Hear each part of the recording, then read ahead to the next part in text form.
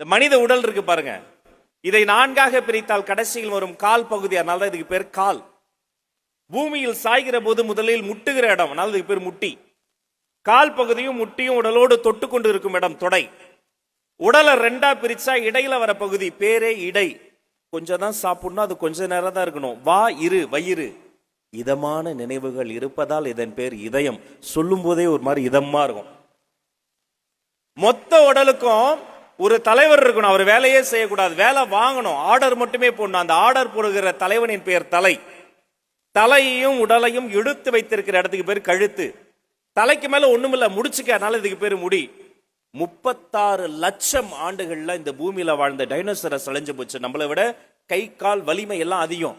ஆனா 36 லட்சம் ஆண்டுகளாக மனிதன் மட்டும் தப்பி பிழைத்து வளர்ந்துகிட்டே இருக்கான். தெரியுமா ஏன்? அதுக்கு வெளியில தெரியற இந்த எந்த விஷயமும் காரணம் கிடையாது. ஒரே ஒரு விஷயம் தான் உங்ககிட்ட இருக்கிற விஷயம்.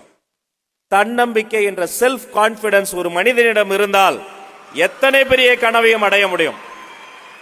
அதுக்கு எக்ஸாம்பிள் முன்னாடி இருக்கிற இந்த 2 ரோல இருக்கக்கூடிய பெரிய மக்கள்.